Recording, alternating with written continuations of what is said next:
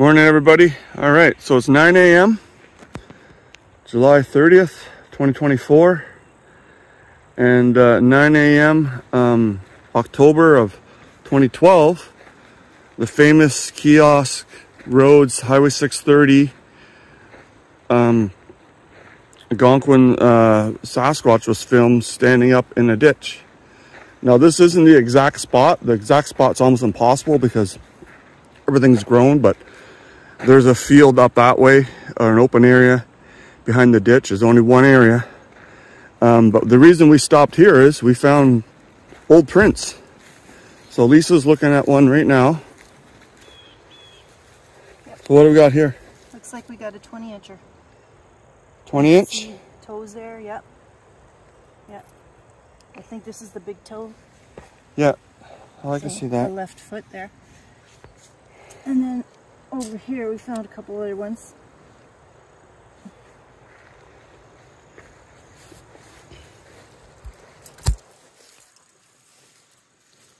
Oh, look at that one. Yeah, that's another 20.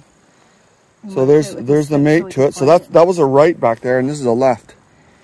So there's 20. 20 there. And then here, this one. Probably a different individual, I think, because this isn't quite as big. This is like more like 18. That's a 16 or so. Yeah, you can see where the toes broke the moss up at the top. Right there. Wow, that's pretty cool. So there's at least two that's gone through here. Possibly more. There's another one over here. Oh, no. It's not really... it's not as legible, but you can see where the toes hit the damage into the dirt. Taken some weather, that one. But you can also see that's going in that direction into the bush there. You can also see where something else, large feet, has gone through here.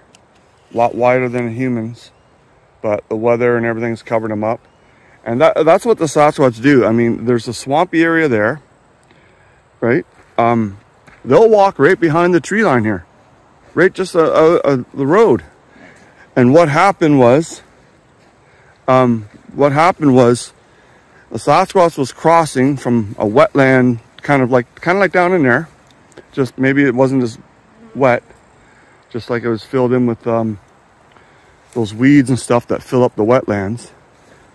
And it got to the tree line, and it was in the ditch, and it probably heard a car coming, so it ducked down. And then they figured it was spotted anyway because it got caught crossing on this road right here. So it stood up, and the guy had a GoPro on the bumper. And look, that might be more prints here. And they filmed it, but the wife noticed it standing up. And she said it was a lot bigger than a man because it was 6 feet high on the road height. And you see how there's a bit of a ditch here. This is about 2 feet or so down from the road, and a clearing up there where we think it happened. The ditch is even deeper. So pretty awesome. We're on kiosk at the kiosk campground where they were canoeing, and this is the Highway 630 leading back to 17, northwestern Algonquin.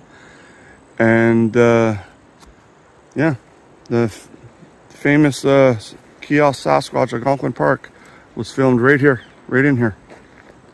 So we're gonna go up there and investigate, but we just wanted to check out this great area for prints, and we were right to pull over.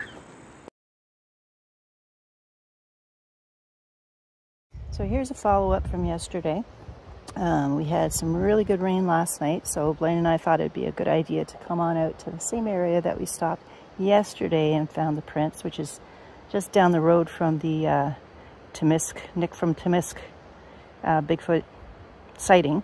And look at this. We found a really nice print there, about 17 inches there. Yeah, so that's pretty cool.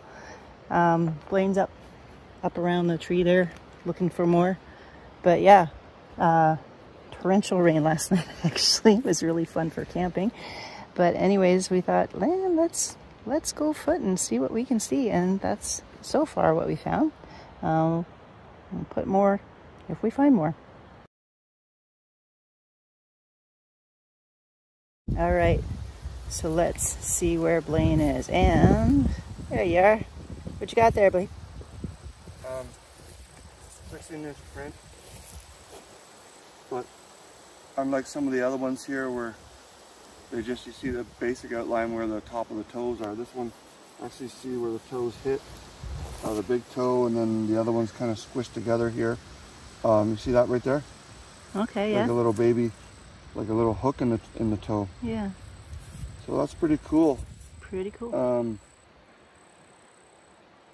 Not a lot of detail for dermal ridges, but we don't really get a lot of good substrate for that. But I mean, on these sandy shoulders where they're cutting through, and there's raspberry bushes here, just up from the roadside siding video. There's a nice 17-inch print with mid-tarsal, kickback, and toes. Pretty cool.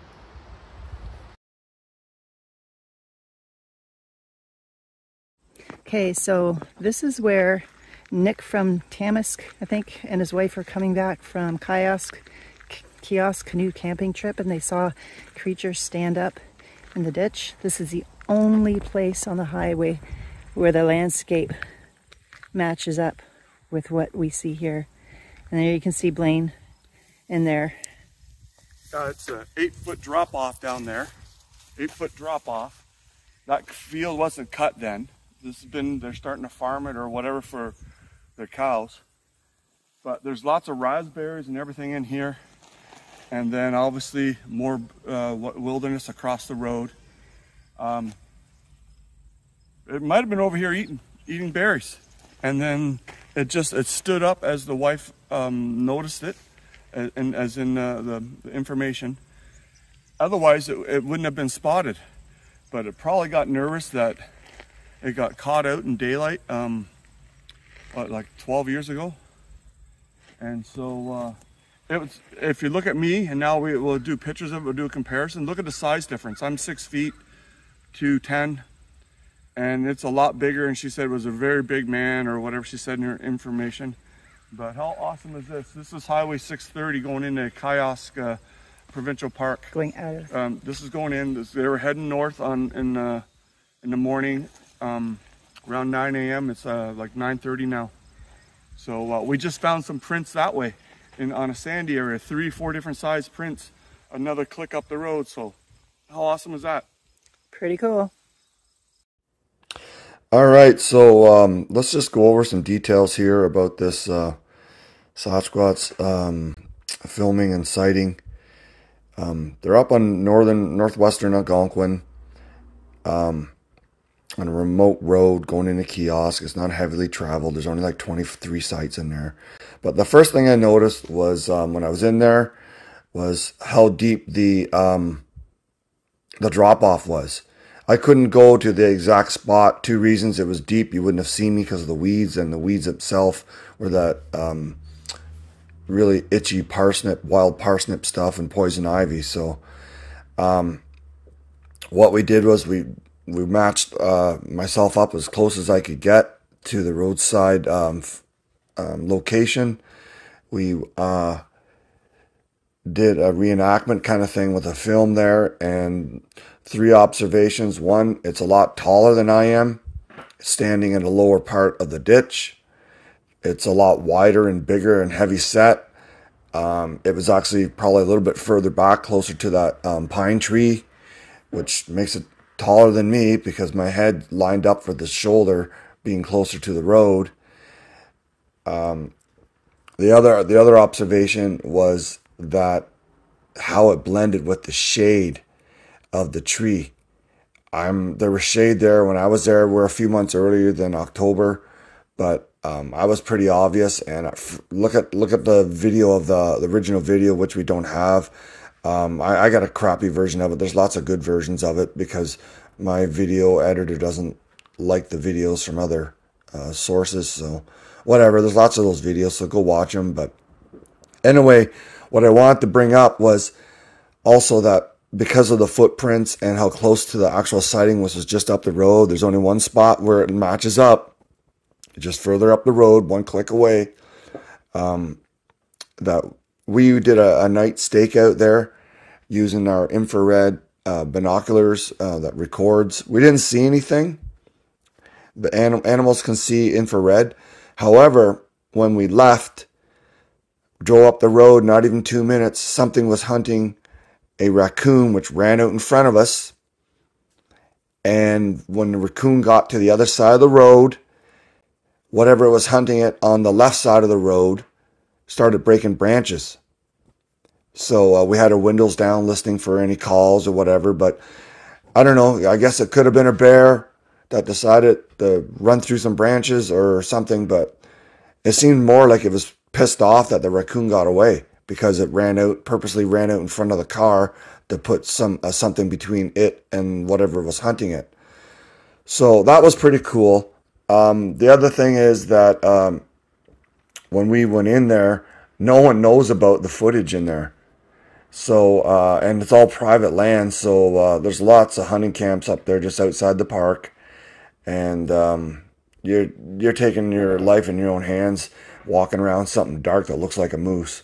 So anyway, pretty cool reenactment. And then seeing the pictures, we were being watched by the local Bigfoot just to hiding behind the trees and stuff behind Lisa. Just like I said, one click away from the actual road sighting location. So pretty cool. Again, thanks for watching. I'll see you soon.